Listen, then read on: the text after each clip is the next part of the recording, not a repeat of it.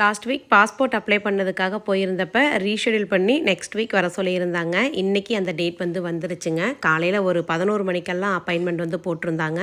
நான் ஒரு 9 மணிக்கு பொழுதெல்லாம் வந்துட்டேன்.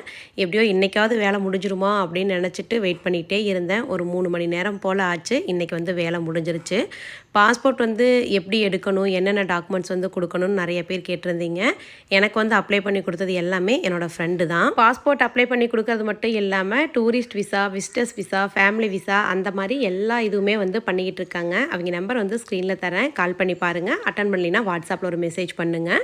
அவங்களே உங்களுக்கு எல்லா டீட்டெயில்ஸும் சொல்லுவாங்க. பாஸ்போர்ட் ஆஃபீஸில் வேலையை முடிச்சுட்டு அப்படியே ஒரு ஷூட் இருந்தது. ஷூட்டு முடிச்சுட்டு நம்ம ஊருக்கு வர வழியில் மொடக்குறிச்சியில் பூச்செடி போட்டிருந்தாங்க.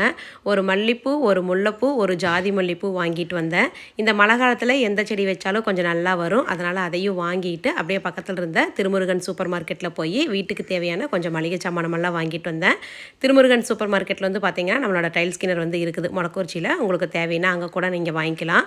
அந்த வேலைகள் எல்லாம் முடிச்சுட்டு வீட்டுக்கு நைட் சமையல் செஞ்சு சாப்பிட்டு கிச்சனை நைட்டு க்ளீன் பண்ணுறதுக்குள்ளே போதும் ஆயிடுச்சு. இப்போ மழை காலம் ஸ்டார்ட் ஆனங்காட்டி இந்த சிங்க் வழியாக கரப்பாம்பூச்சி வர்றது இல்லாமல் அதோட ஃப்ரெண்ட்ஸுகளையும் கூட்டிகிட்டு வந்துடுது. அதனால் அப்படியே ட்ரைனேஜ் கிளீனர் போட்டு விட்டுடலாம் அப்படின்ட்டு போட்டு விட்டுட்டேன். ஒரு பாக்கெட்டோட ரேட் 50 ரூபா தான். 2 பாக்கெட் போட்டால் அடப்பு இருந்தாலும் கிளியர் ஆகிடும்.